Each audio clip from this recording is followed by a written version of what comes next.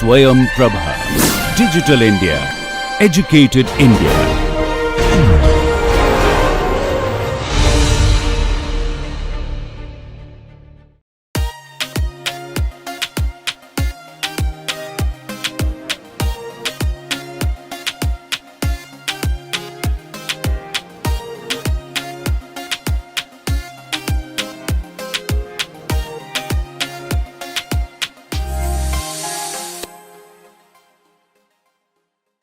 Welcome back to second lab of real time digital signal processing.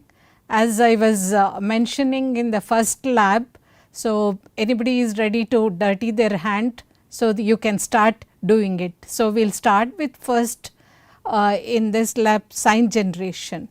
So what is it? As a recap, we discussed how to use Code Composer Studio and for dot products and then sign generator what we did. Today we will see that only one sine wave generation, last class we have seen. So, we have multiple ways of representing sine generation. So, we will be using both MATLAB and then Code Composer Studio today, and then how to create a basic music. So, people who are music lovers, you can create your own music and then hear how it is going to come. So, the first sine generation, what we will say it as direct digital synthesizer technique. So, in this case we will have variable initialization section, that is we say lines 2 to 6 here. So, we will be initializing our amplitude as 32,000, signal amplitude what we call it. So, compared to this detail on the left hand side, the code is given on the right hand side for MATLAB implementation, and some cores function are constrained to the range between plus or minus 1, which requires an amplitude scale factor of A, what we call it, or the DAC output whenever we want to output it onto DAC of our board, then we have to enhance the amplitude of it. For that we have taken some amplitude equal to 32,000 in this case. So, we use the tiny portion of the full range of what we call it as plus 32767 to minus 32768. I think there should be an alarm ringing in your thing. So, we are using the 16-bit signed representation in this case. So, the number of bit for the fractional representation what we will be using is 15 bits, 1 for signed bit.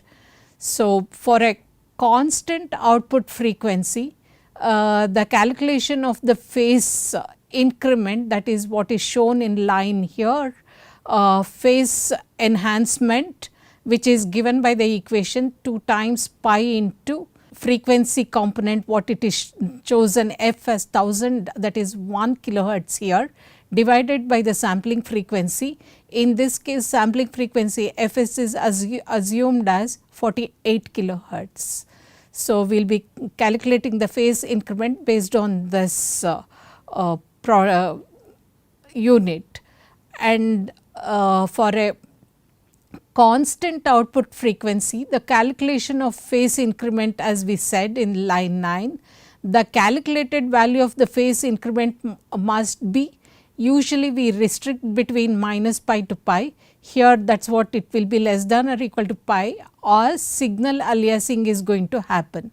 So, for that reason, so you will be seeing the actual algorithm to generate our sinusoidal signal requires only 3 lines of code, that what you are seeing line 13 to or 15 basically is the code to generate our sine wave in this case.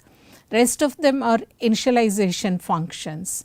So, inside a for loop and then simulate the execution of interrupt service routine in C if we are writing it. We will consider this writing of interrupt service routine in the next lab class. That is called each time a new sample is going to arrive. So, these lines of code accomplish the following 3 tasks each time an interrupt service routine is going to be called. What is the first one? That is line 13 basically. So, you are adding the phase increments value to the phase accumulator, and then in the line 14 you will be calculating perform a modulus basically, that is a 2 pi operation to keep the phase accumulator in the range 0 to 2 pi. Either you can have minus pi to pi or 0 to 2 pi is the range what we are going to take it. Here in this case we will be seeing that if it is going to cross 2 pi, then output is going to be modulo value what we will be taking it. In the line 15 we will calculate the system's output value by scaling the sign of the phase accumulator value by A. So, that is what we are going to do in the thing. Just we will see that how this is going to run. So, we will run the MATLAB code in this case. So, we have you will be seeing the code sign generation.m using the DDS method. So, you will be seeing that your magnitude A in this case I can assume 1, or there it was 32,000, we can vary, we will see it in a while.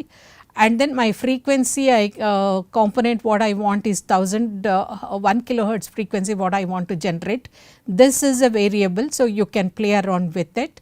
And then you will be initializing your accumulator, that is phase accumulator as 0 and sampling frequency 48 kilohertz. So, this also you can vary depending on your requirement.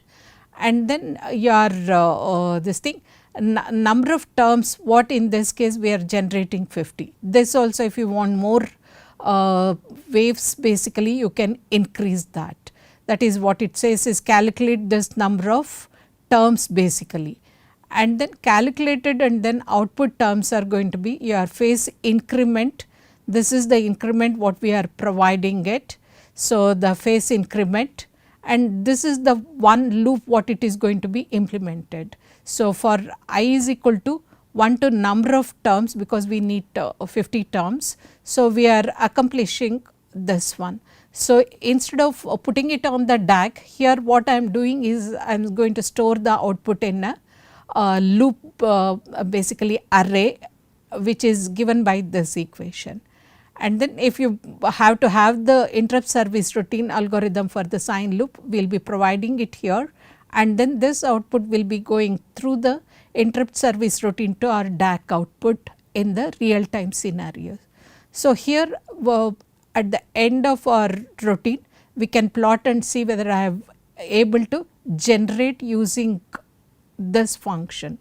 So, what MATLAB does is any of the MATLAB version you can take it. In this case I am using MATLAB 2020B version. So, you can use any one of them. So, when I run this code, so you will be seeing that.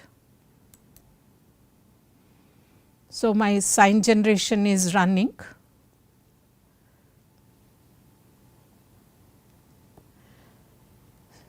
So, the 50 samples is the output what I have given. So, you will be seeing that you are getting a complete one period of 50 samples here. So, by varying this value, this is one way of generating our sine wave. So, if I increase my magnitude to whatever was given in that, I can do it as 32,000. So, okay. So, I can rerun my code. So, you will be seeing that the magnitude which was 1 in the earlier case, it has gone up to 10 power 4 in this case. So, if you want to change your sampling frequency and the frequency part of it, so you can vary here. F can be, I can give it as here now 2000 hertz basically, and sampling frequency I can keep it at 8000 hertz also, because I have been meeting my whatever the sampling theorem says, twice that of the maximum frequency. So, Fn is 2000, which is greater than or equal to twice that of it. So, I am little more than the thing. So, I can rerun this code as you will be seeing it. So, you are able to get 2000 hertz whatever. So, how do you know that you have got the 2000 hertz signal?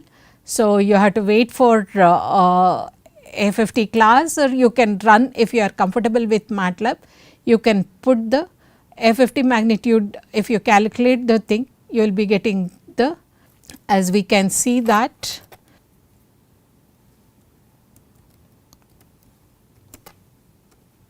so we can rerun the thing. Okay. So, you will be seeing that my FFT function has a what is it, error in the thing. So, you can go back and then correct it and then see that you will be getting your magnitude function. So, what is the frequency you have represented. So, coming back to my slide, what is the other method of running or generating our sine wave. So, this was the first one, that is direct digital synthesizer what we have taken. Next one can be using a table lookup technique. So, how do you generate your table? So, as you can see in the right hand side here, so you have the signal represented as 32,000, 0, minus 32,000 and then 0. That is, we call it as a cosine signal values. So, what you have chosen, f is by 4 case what we have taken the thing. So, coming with the thing, it is a variable initialization section, that is what lines 2 to 4 on the right hand side what it is going to be. So, what it will take, and then we will be establish the code and then variable signal that stores the required values of the output signal, and then you will be reusing them. So, what is that? We will be doing the period determination from the line 7, as you can see it is n is equal to length of signal what you have taken the thing. So, we will be period determination is done by this code, and then actual algorithm to generate our continuous sinusoidal signal is again lies from 11 to 15. So, you are checking whether index has increased to n plus 1. So, what the range we want is 1 to n. So, length of the signal. So, if it is exceeded n plus 1, then you will be starting index again from 1. So, this will be if statement what we will be using it, and then my for loop is going to end here, and then output is going to be signal of index, and then index you will be incrementing it by 1. So, your interrupt service routine can be written here, and then we will be ending the code for the for loop basically. So, we will go back and then see again in MATLAB whether it is running correctly or not.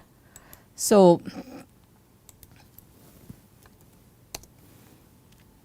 I have chosen this. So, you will be seeing that signal is represented by these values and index is 1, and number of terms also I have chosen in this case 50, and then n is going to be length of signal whatever you have chosen, and then for I is equal to 1 to number of our terms. So, this code is going to be repeated. If n is greater than or index is greater than n, for the n plus 1 index will be reset to 1, and output again putting it in an array, so that we can plot it and then see whether we are getting it correctly. So, we will run the code. So, you will be seeing that it has generated our sine wave, as you can see in this case. So, this is how second method what you can run with a lookup table So, it is going to help us that you have pre-calculated and then kept the thing. So, it depends on how much memory what you need it. So, just as I was telling, so to generate using the sine concept, can we generate a musical note? In this case, basic of music what I have taken, it is Carnatic music, whatever you call it. It is Sarigamapada Nisa what we will be generating it. So, what is the thing is going to happen? We will set the sampling frequency as 8000 hertz, and then T will be varying between 1 and then Fs, and my Sa note what we have chosen, the basic note in this case is 440 hertz. So, that is what we put here, and then we will be generating the notes. The next note is, as you can see, is 494. Either you can use the equation whatever the musical literature gives and then do it, or if you have pre-calculated, I can select the frequency part of it for all the note. So, in this case Ga is going with 554, and then Ma will be going with 587, and then Pa with 660, and Da with 698, and then Ni will be 784, and then the last note, as you know, it will be twice that of the first whatever base note what you have taken the thing, which is going to be 88 hertz. So, and then what we do is we will be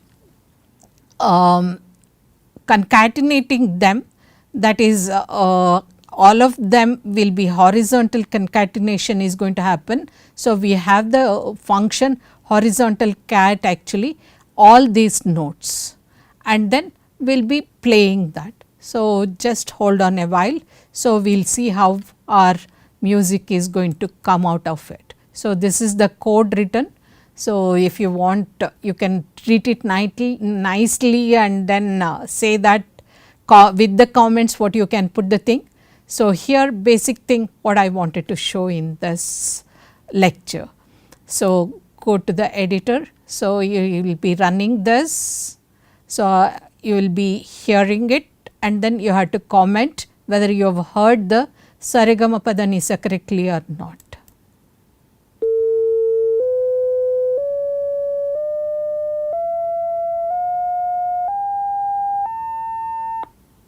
Want to hear it once again? I will play the thing.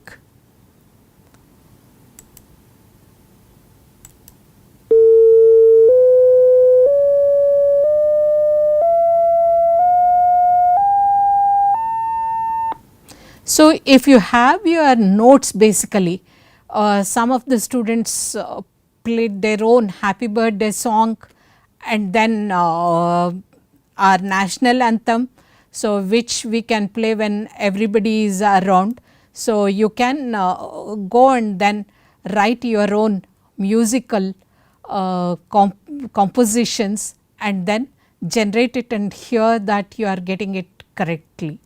So, the other way of doing it is whether I can do sine generation using my polynomial approximation. We call it as GNU Math library here. So, this is the approach using the scientific library, which stores the first 11 coefficients of the approximation. So, what it calls is harness form is used. What is that harness form? We will see it once now. The number of operations required in this case is a to the power of 10 into 10 plus a power 9 into 9 plus a power 8 into 8 plus etc.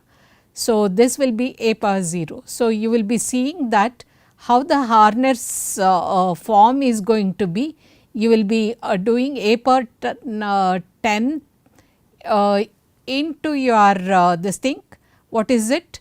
0x, x is the input value what you have to give it, plus a power 9 into x. So, and then plus a power 8 into x. So, so on what you will be putting the thing, so that your power calculation is going to be reduced, plus a 0 what you will be doing. So, to generate sinusoid of frequency f naught, we need only few stage for each steps for each sample. So, you will be calculating the cos theta via the approximation above and then send the value to the DAC, and then increment theta by omega naught is equal to 2 pi f naught by fs, and then check if theta is going to exceed 2 pi f basically, then 2 pi, if it does, subtract 2 pi to prevent the overflow or loss precision.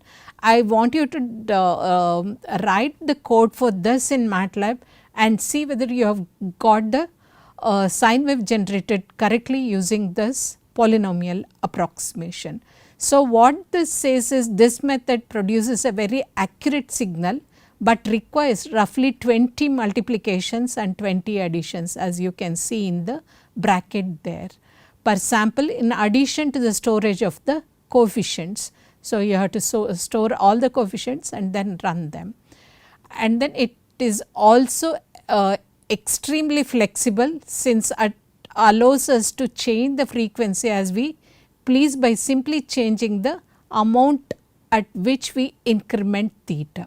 So, by doing the theta increment varying, so you will be able to get whatever frequency you want to generate.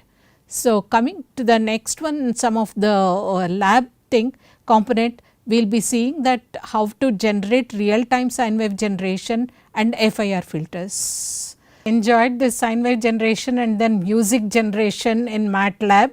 So, the same thing what we will see in the next lab class on DSP processor. So, you can play with it with whatever music you love. Thank you. So, see you in the next lab session.